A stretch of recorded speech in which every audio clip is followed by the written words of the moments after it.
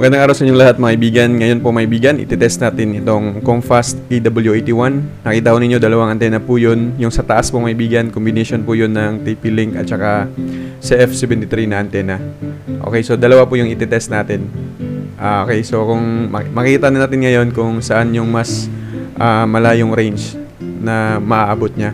At syempre, yung CF-EW81, yun yung main purpose natin ngayon. Kaya gumawa ko tayo ng video na ito. So dito banda mga kaibigan, nasa 50 meters, itetest natin mga kaibigan. I-check natin sa SSID natin kung makikita pa din natin yung dalawang SSID natin na Highly Piso Wi-Fi Vendo at saka Comfast EW81. Ayan, nakikita po ninyo, stable pa din yung full bars pa din yung 81 natin, Comfast. Yung TP-Link naman na combination ng CF73 ay nawala na siya ng 1 bar. Pero good pa rin yung kanyang range mga kaibigan kasi makukuha pa din natin yung portal ng ating main Piso Wi-Fi. Okay po, i-test natin ulit. Mas lakad tayo sa unahan para mas malayo yung yung location natin. Okay, so ngayon mga kaibigan, andito tayo sa nasa 100 meters na po tayo. Okay, so kung nakita ninyo, stable pa din yung range natin. Ayan, makukuha pa din natin yung portal. Yung Highly Piso Wi-Fi Vendo mga kaibigan ay nawawala yung minsan yung 1 bar, pero stable pa din yan. Okay, punta tayo sa unahan para mas lalong natin mga kaibigan. Talagang matest mo natin. Okay, so interesado ho tayo dito mga kaibigan kasi nga yun yung mga reviews, maganda yung reviews ng CF81. Ayan mga kaibigan, itetest natin. Siguro nasa 150 meters na po tayo yung layo niya. Yung dalawa, ayan, nakita naman ninyo, good pa rin yan. Good pa rin yung range nilang dalawa. Mapapasok pa din natin yung portal. Okay, so punta tayo sa mas unahan pa. Mas lalayo pa tayo sa location natin mga kaibigan. Okay, so yung Comfast EW71 nga pala 81 mga kaibigan, na interesado tayo kasi yung reviews niya is maganda. Mayroong nagsabing na maganda daw gamitin sa Piso Wi-Fi. Malayo daw kasi yung range. Kaya ayun, bumili tayo sa Shopee para matest natin kasi wala tayong sponsor.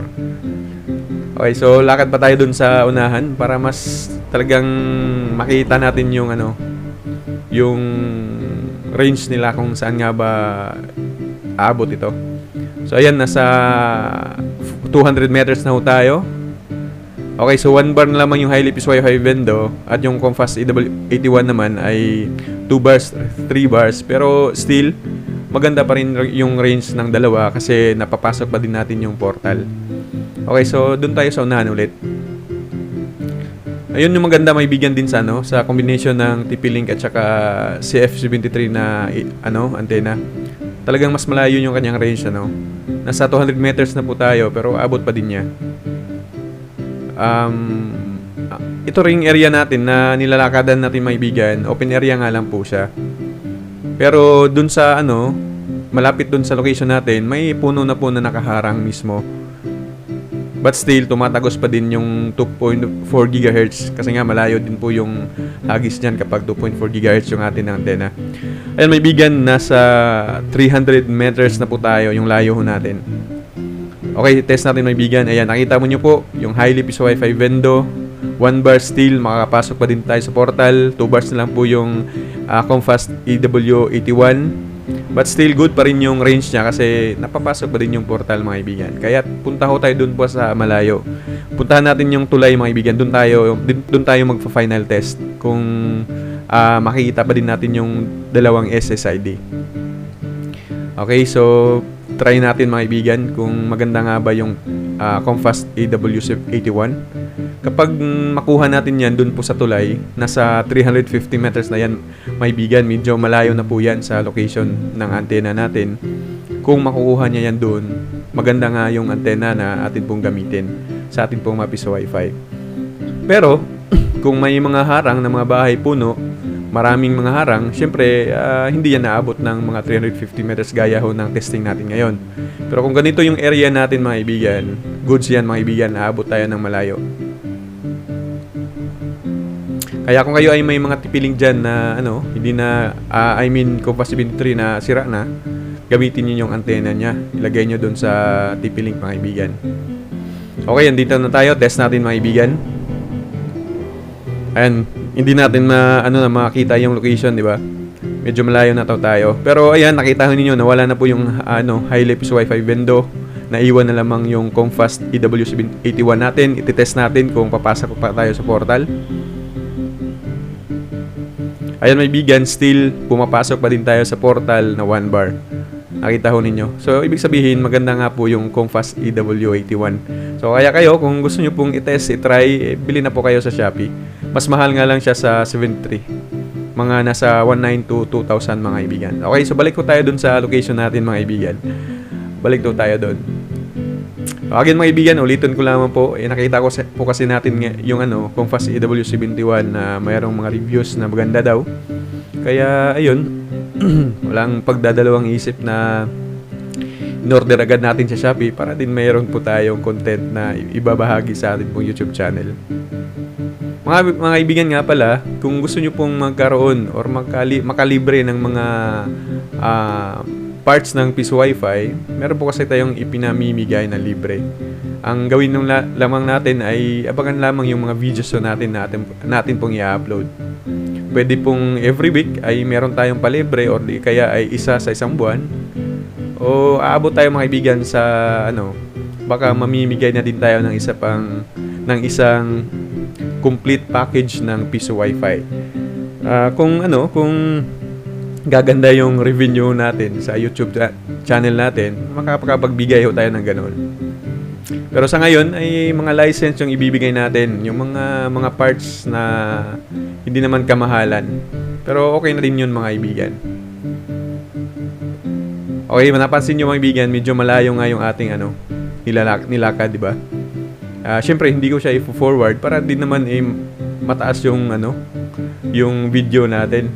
Kasi sayang yung mga ads natin. Sana ay hindi ninyo na-skip yung mga ads natin mga kaibigan.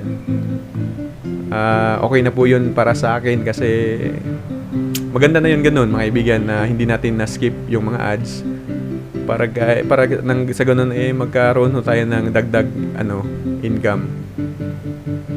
Sa YouTube mga kaibigan na sa totoo lang kakaunti lang talaga yung yung makukuha nating pera ho dito. Kapag yung atin pong mga viewers ay kakaunti lamang. Pero at least nakapagbigay ho tayo ng mga ideya tungkol sa Piso Wi-Fi. Ay maibigan, malapit na ho tayo. Puntahan lamang natin maibigan yung dalawang antena na nilagay ho natin. Pakita ko lamang po sa inyo yung combination ng TP-Link at saka Compass EW73 maibigan. Yun yung pinagkaisa ho natin. Nasa taas po siya. Yun namang Compass EW81 ay nasa baba. Pero yun nga kasi kahit nasa baba yung Compass EW81, pero umabot pa din siya ng 350 meters mga kaibigan. Ayan, malapit na tayo mga kaibigan. Kung nakita nyo po yung puno po dyan na meron pong sasakyan sa baba, yung kulay gray, puno po yan malaking puno po yan. So, may harang na po siya yung mga antena natin pero tumatagos pa din siya hanggang 350 meters mga kaibigan. Okay, so hintayin lang natin. Malapit na tayo mga kaibigan. Ipakita ko naman po sa inyo yung forma po ng ating pong yung pong antena natin na dalawa.